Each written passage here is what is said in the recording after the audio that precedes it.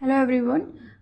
बच्चों, अभी तक की क्लास में हमने प्लाज्मा मेम्ब्रेन के बारे में पढ़ा था एंड ये hypertonic, isotonic and hypotonic solution में जब हमने सेल को रखा था तो क्या इफेक्ट आया था, ये सब चीज़ें पढ़ी थी। आज की क्लास में हम न्यूक्लियस के बारे में पढ़ेंगे। न्यूक्लियस जो होता है वो controlling centre of the cell होता है, डबल मेम्ब्रेन बाउंड स्ट्रक्चर है विद न्यूक्लियर इन्वेलप एंड वोर।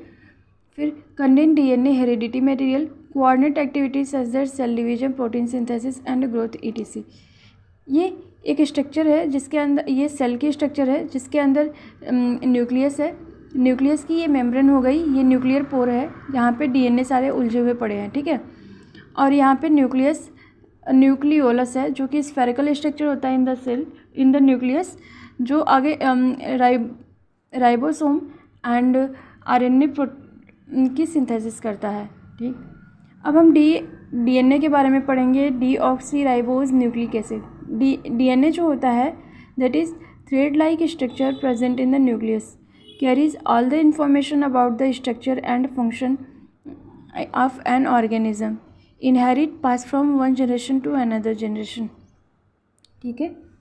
अब क्या हुआ, ये जब उलझे हुए पड़े हैं तो इसको हमने क्या कहा, क्रोमेटिन कहा। आफ्टर कॉइलिंग या फिर कंडेंसेशन ऑफ डीएनए होता है जिसमें डीएनए इस तरीके से कुछ अरेंज होता है और ये क्रोमोसोम की स्ट्रक्चर बनाती है, ठीक है। और यहाँ पे कुछ प्रोटीन भी लगे होते हैं। फिर अब हम जीन के बारे में पढ़ेंगे।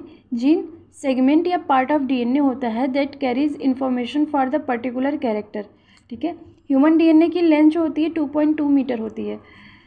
अब हम समझेंगे, ये एक मान लीजिए डीएनए की स्ट्रक्चर है जिसके छोटे छोटे सेगमेंट हैं। सेगमेंट मान लीजिए कि ये जीन ऑफ आई कलर को डिनोट करता है। ये छोटा सा सेगमेंट है जिसको हमने मान लिया कि ब्लड ग्रुप का जीन है।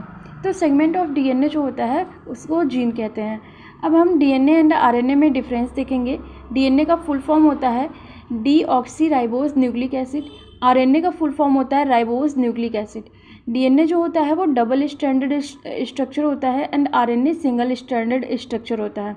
अब एनटीएससी 2017-18 में एक क्वेश्चन आया था, the part of nucleus that play major role in synthesis of ribosome, तो इसका आंसर होगा न्यूक्लियोलस। अब हम आगे की वीडियोस